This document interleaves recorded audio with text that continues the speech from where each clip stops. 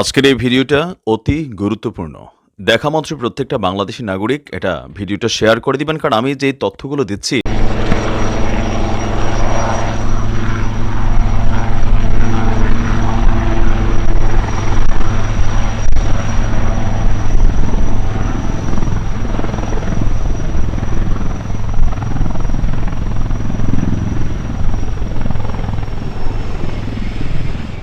Fort William মানে বর্তমান নাম যার বিজয়দুর্গ আমাদের কলকাতার, সেই বিজয়দুর্গ আসলে আমাদের যে পূর্বাঞ্চল, সেই পূর্বাঞ্চলের সেনাবাহিনীর হেড অফিস।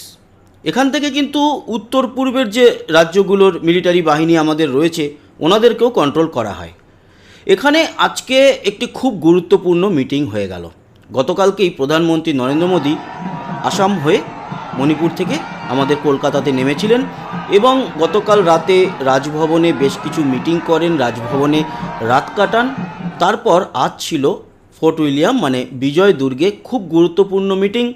এর আগে এই ধরনের অনুষ্ঠান প্রতি 2 বছর অন্তরই হয়। সেখানে অনেকবার প্রধানমন্ত্রী গিয়ে সেই অনুষ্ঠানের উদ্বোধন করেছেন। এখানে 3 সেনা প্রধানরা একসাথে মেলেন এবং বিভিন্ন পর্যালোচনা হয় আমাদের ডিফেন্স সংক্রান্ত। এই উৎসব বা এই অনুষ্ঠান এর আগেও হয়েছে, তবে ফোর্ট উইলিয়ামে অনেক বছর পর এবছর হলো। প্রধানমন্ত্রী প্রতিবার যে উদ্বোধন করেন এরকম নয়, এবার করলেন।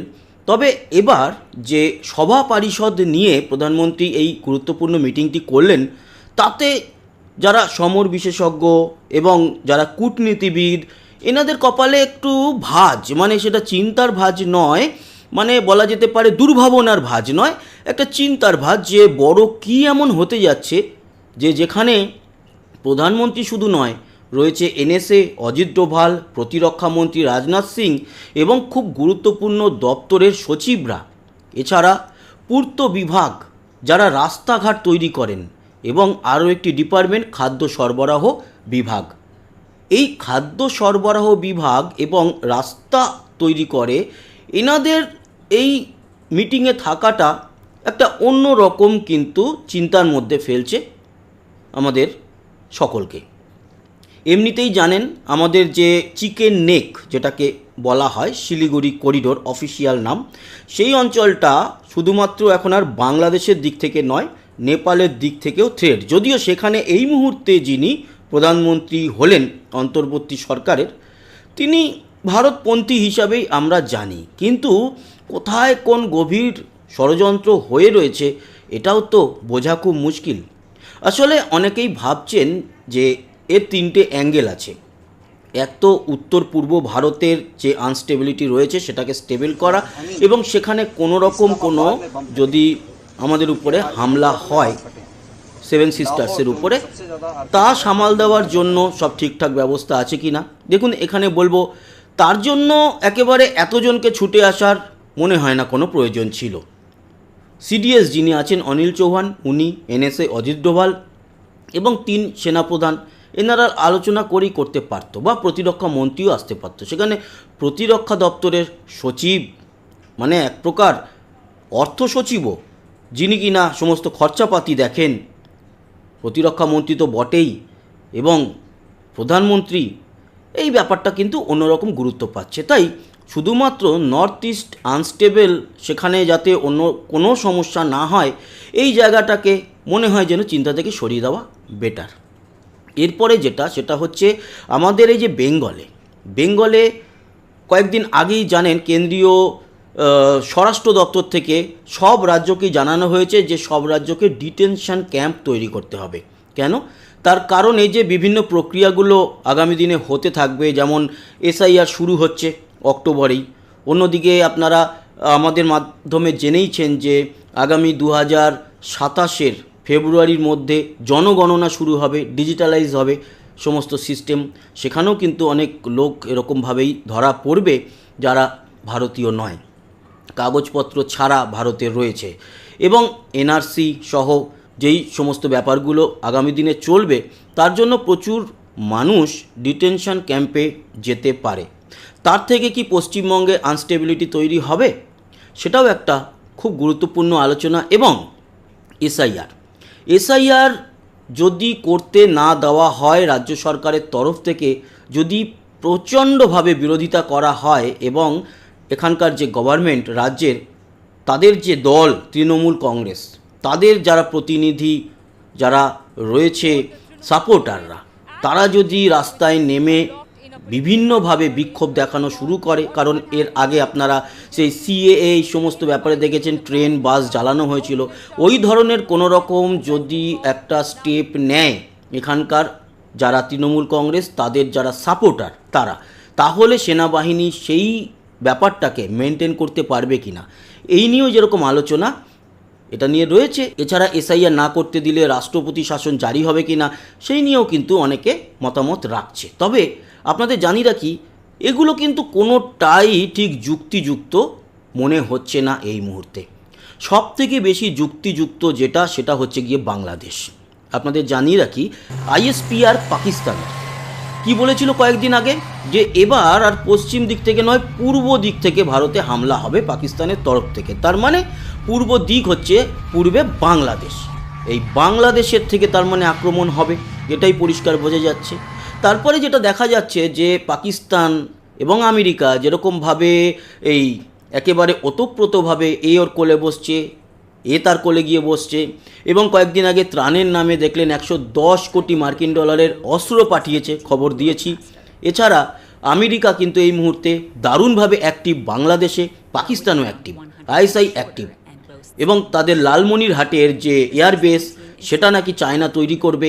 এই সমস্ত খবরাখবরের মধ্যে বেসিক্যালি যেই আলোচনাটা আজকে হয়েছে এবং হালকা যে খবরাখবর আসছে, তাতে আমাদের চিকেন নেক সহ পশ্চিমবঙ্গ এবং নর্থ ইস্টের বর্ডার পুরোটা, যেটা বাংলাদেশের সঙ্গে আমরা শেয়ার করছি এবং অবশ্যই মায়ানমারের সঙ্গে শেয়ার করছি, সেই বর্ডার সুরক্ষিত করার জন্য আমাদের পূর্বাঞ্চলের সেনাবাহিনী কি করেছে তার খতিয়ান কিন্তু এখানে নিয়ে আলোচনা হয়েছে।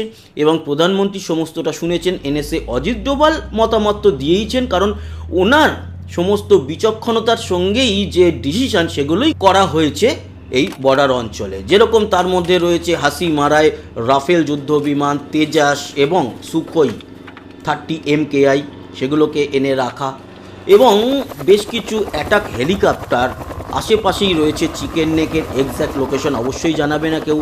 এছাড়া বিভিন্ন রকম ফাইটার ড্রোন, কামিকাজি ড্রোন থেকে শুরু করে সেনাবাহিনী তো প্রস্তুত রয়েছে এবং পোস্টেড রয়েছে, বিএসএফ অ্যালার্ট রয়েছে, এবং অবশ্যই আমাদের এয়ার ডিফেন্স সিস্টেম যেটা আকাশ তীর এবং অবশ্যই S-400 পর্যন্ত এখানে একেবারে ডিপ্লয় করা হয়েছে। এই সমস্ত বিষয়গুলোকে খতিয়ে দেখা, আলোচনা, এবং যদি পাকিস্তান বাংলাদেশের দিক থেকে আক্রমণ করে তাহলে আমাদের সেনাবাহিনী সম্পূর্ণরূপে জবাব দেওয়ার জন্য প্রস্তুত আছে কিনা, এই সমস্ত আলোচনা, এবং এই বিষয়টা খুবই গুরুত্ব পাচ্ছে আমাদের ভারতের প্রতিরক্ষা দপ্তরের কাছে। আর ভারত কিন্তু বাংলাদেশের তরফ থেকে পাকিস্তান যদি অ্যাটাক না করে তাহলে নিজে থেকে কখনোই বাংলাদেশে প্রবেশও করবে না, কোনো বাংলাদেশের উপরে অ্যাটাক করবে না। শুধুমাত্র একটাই, সেটা হচ্ছে বাইরে থেকে বলে যাবে ইনক্লুসিভ নির্বাচন বাংলাদেশে করতে হবে, এবং সেই ইনক্লুসিভ নির্বাচনে অবশ্যই যেন আওয়ামী লীগ সহ সমস্ত দল অংশগ্রহণ করতে পারে। এবার সেটা যদি না করতে দেয়, তাও ভারত যে কিছু বলবে, একেবারে সেনা ঢুকিয়ে দেবে, বা আওয়ামী লীগের প্রধান নেত্রী বা এই মুহূর্তেও যেহেতু পদত্যাগ করেননি তাই বলাই যেতে পারে বৈধ প্রধানমন্ত্রী শেখ হাসিনাকে নিয়ে গিয়ে বসিয়ে দেবেন, এরকমটা বাংলাদেশে করবে না, ভারত করবে না। এটা করতে গেলে পচা শামুকে পা কাটা বলে না, সেটা ভারতের কাটবে, ভারত এটা ভালো করে জানে, তাই এটা করবে না। বাংলাদেশ তো প্রচুর শত্রুতা করেছে, ভারত বিরোধিতা করেছে, ভারত বয়কট করেছে, ইন্ডিয়া আউট ক্যাম্পেন করেছে। ভারত তাই চাইছে কিছু না করেই অনেক কিছু করে দেওয়া। ভারত যদি কিছু না করে তাহলেই কিন্তু বাংলাদেশে যাগুলো ঘটতে থাকবে এবং বাংলাদেশ দিনের পর দিন যে পেছাতে থাকবে, এটাই অনেক কিছু ঘটে যাবে না করেও। আর যদি করতে যায় তাতে যদি আবার হিতে বিপরীত হয়, কারণ এই বর্তমান প্রজন্ম তারা কিন্তু আবার বলবে যে ভারত যেচে এসে আমাদের দেশে নাক গলিয়েছে, যেটা ভারত এখন আর চাইবে না।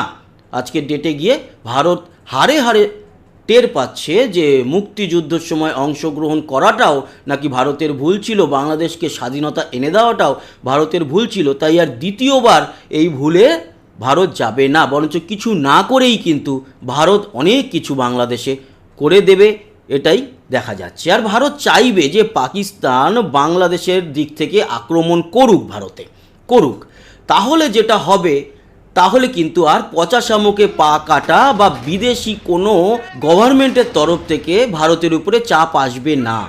কেন?